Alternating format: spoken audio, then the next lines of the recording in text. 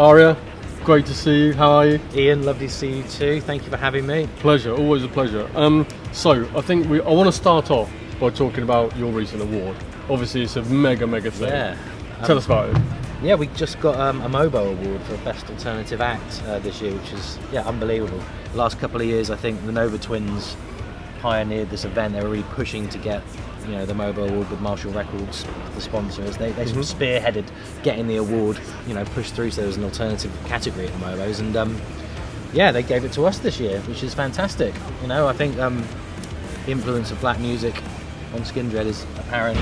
Everything what makes Benji tick with his musical meanings, the style which Dan brings, all of that kind of stuff was played into the sound of Skindred from day one. So being amongst our peers like that was very cool. I can well imagine. How long have you guys been actually going? With this lineup, I think it's 23 years. That's incredible. What an achievement after all that time to get a MOBO. I know. I mean, it's like all these first time things are happening for the band. Playing Wembley obviously tonight, that's something we've done as a support act for many years, and to actually do it, headline it ourselves 20 plus years in is like, it's weird. It's a weird feeling. This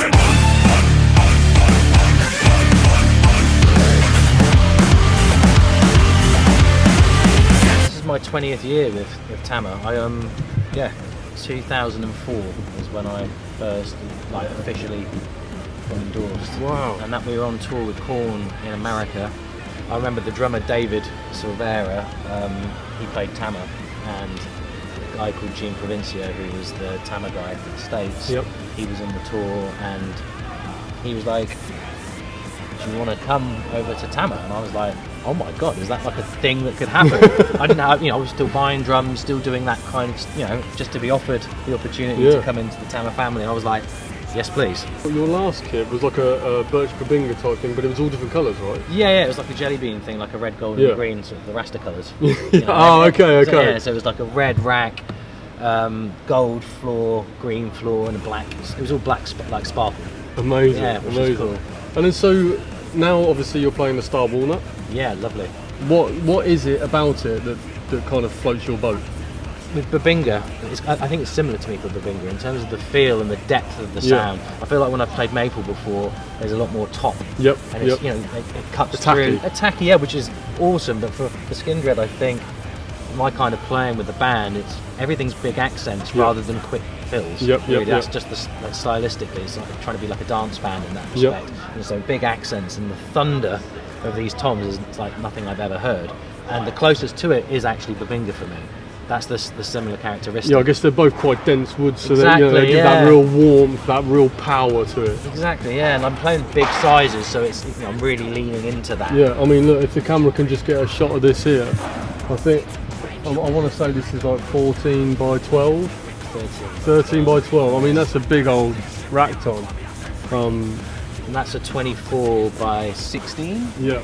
And then there's 16 by 16 and 18 by 16, and then there's a 20 gong at the back.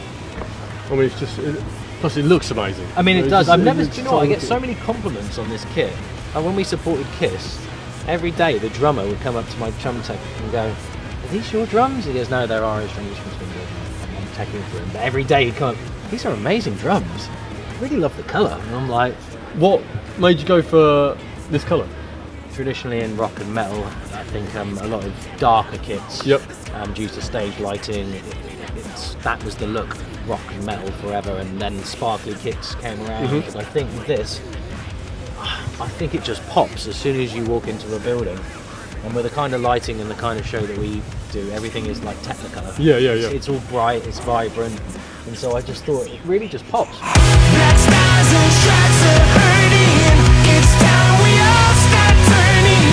I know you feel the same, 'cause we all believe we're here to change.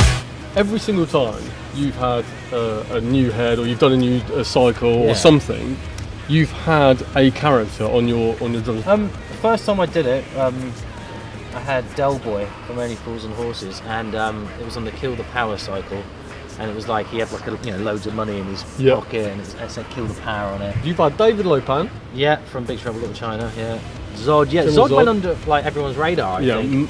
How? So many people were like, is that your dad or is that you? And I'm like, no. That's clearly General Zod. I know. I had Evil Biff from Back to the Future 2. Yes, yeah. When he's like the Donald Trump Biff. Yeah. Hans Gruber was good. That was an amazing But I'll one. bring him out just for Christmas. Okay. Because Die Hard is a Christmas Yeah, film. of course. I look at Skindred as like your favourite film. When you put your favourite film on, it's like a comfort blanket, isn't it? Yeah. You know how it's going to make you Yeah. feel. And I think when people come to our shows, they know how they're going to feel. Yeah.